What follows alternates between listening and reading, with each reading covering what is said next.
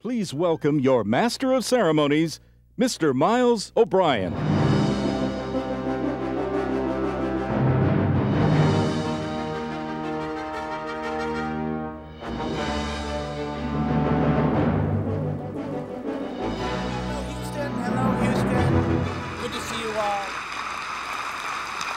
I have something for you. I know you're upset about this shuttle thing, but I come from Washington. You know I'm on the NAC, the NASA Advisory Council. By the power vested in me, I present to you a space shuttle. I should tell you, I've got my Twitter feed open. @Miles O'Brien is my address on Twitter, and if you want to chime in with a question or a comment as we talk here, I'm going to guess this crowd has a lot of portable mobile devices. Safe to say?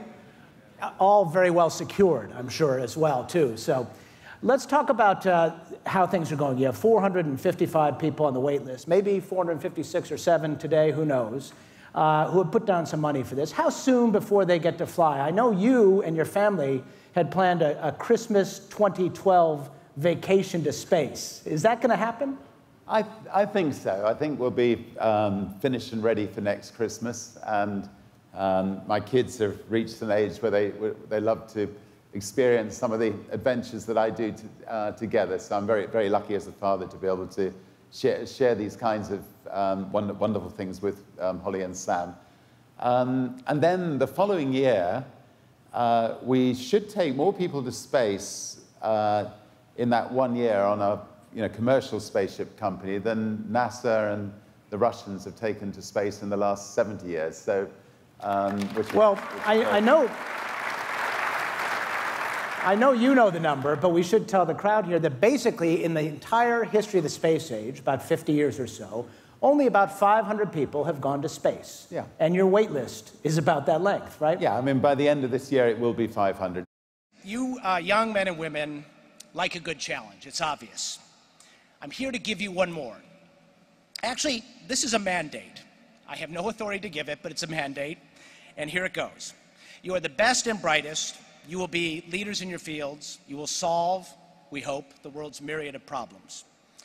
I believe you have a moral obligation to reach out, to educate, to inform, and inspire the rest of us. Now, I know this is not easy. You know, just because you can find a new species of sea slug, or learn how stars form, or understand how ground beetles relate to ecosystems, or find a way to test water potability with a phone, there is an app for that, just because you can do all these things and more, does not mean you're necessarily inclined or have the talent, or for that matter the desire, to translate the intricacies of what you do into something non-scientists can relate to, much less gush over. But I submit that all of you must try, and some of you will find you will be good at it. You know, I would say probably the highlight of my time, really the highlight of my career, was this day. This is October of 1998, October 28th, the late, great Walter Cronkite. I had the good fortune to be his co-anchor. I think I'm probably the only person on the planet who can say I had Walter Cronkite as my co-anchor. That was a highlight. A low light in a profound way for me was, of course, this day, February 1st of 2003, the loss of Columbia and her crew. There was a personal piece of this which I should tell you about. I of course, had been covering the shuttle missions for quite some time and own an airplane and fly the airplane, and I had convinced NASA to let me become the first Western journalist in space, the first one to fly on the shuttle. I was all set to go be on the space station. We had a deal. We were going to announce it about 2 weeks after what should have been the landing, the safe landing of Columbia. And of course, that all was over in that moment.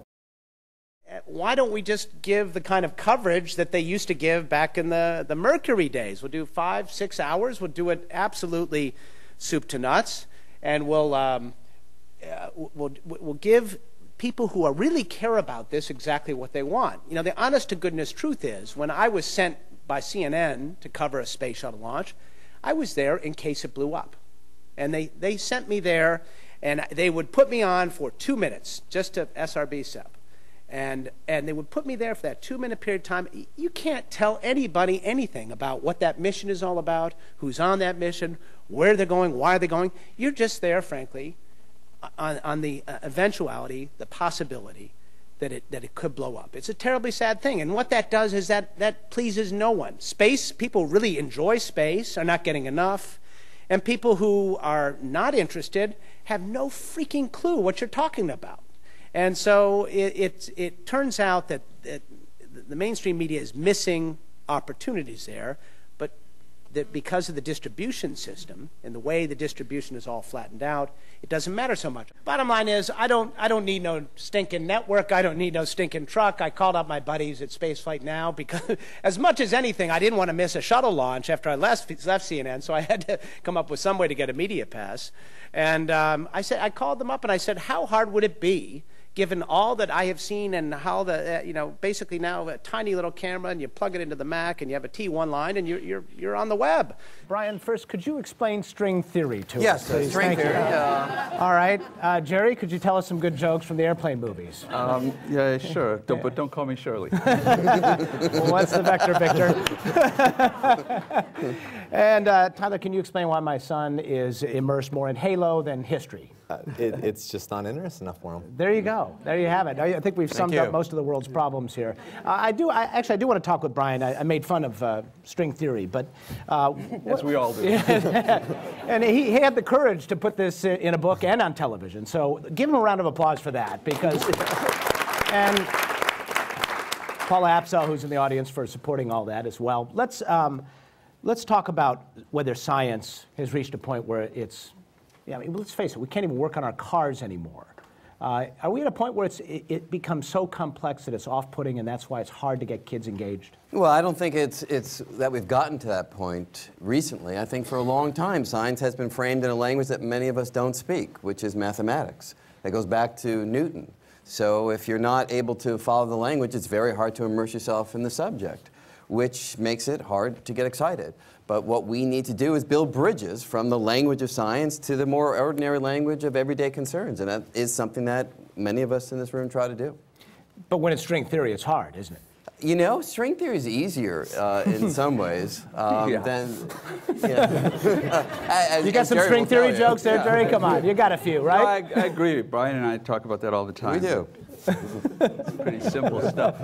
I know there's a lot of bruised feelings about the space shuttle and where it ends up and what museums it goes into. But I just want to say, when I think of this room and when I think of Houston, I don't think about museums, and I don't think about relics, and I don't think about docents. I think about doers.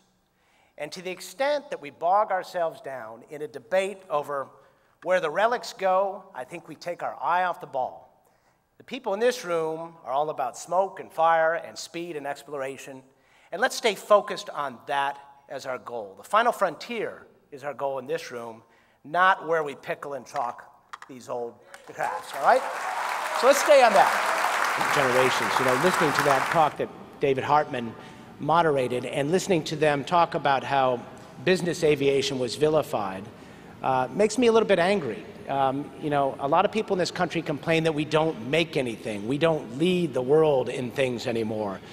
Well, this is one place that we do lead. And do we want to squander that lead? Because surely there are other countries waiting to take our place. Mars is my second favorite planet. And many of you in this room make me feel as if I've been there. How cool is that? Thanks for the outstanding, vicarious thrill ride these past 40-plus years, especially these past 5.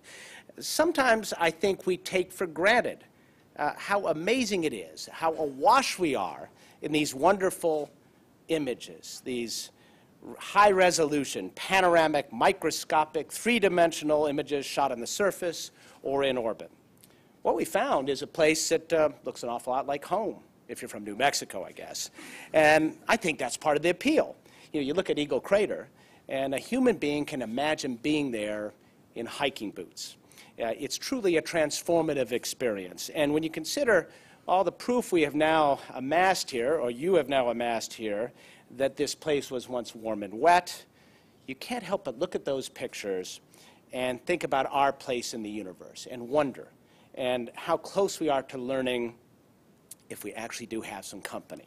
How great is it to be alive at this time when we just might learn the answer to that question?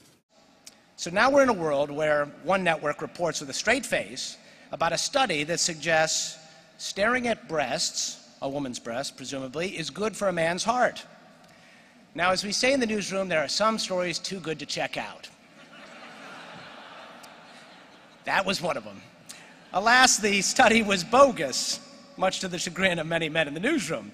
The result of this, frankly, is a hungry, abandoned audience out there. The Pew Research folks did a survey not too long ago, and the subject that people are most interested in, according to their poll, that they get the least of is, guess what? Science. No surprise, right?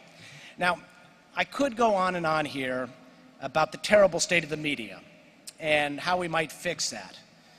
But I'm aware that the longer I talk, the more you kids have to wait for the announcement. Did I tell you about my childhood? According to the Poynter Institute, the industry lost $1.6 billion in annual reporting and editing capacity, that means people, since 2000. 30% collectively of the newsrooms are gone. So just try to find a science and technology correspondent at a newspaper, a major newspaper today, subjects you all care about. It's like trying to find an engineer at a poetry reading, right? It ain't going to happen.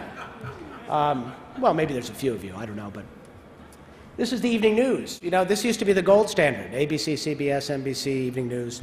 Obviously, that is no longer the place. There's still a lot of people out there, but you have to ask yourself, is that the most effective way to reach people, or is it better to narrowcast to those 300,000 people who are just absolutely gripped and interested in that space coverage you're doing?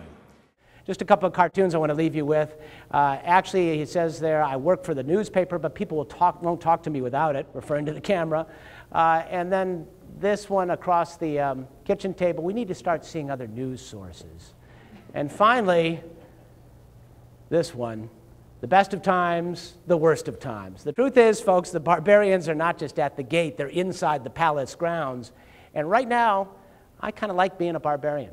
Thanks very much.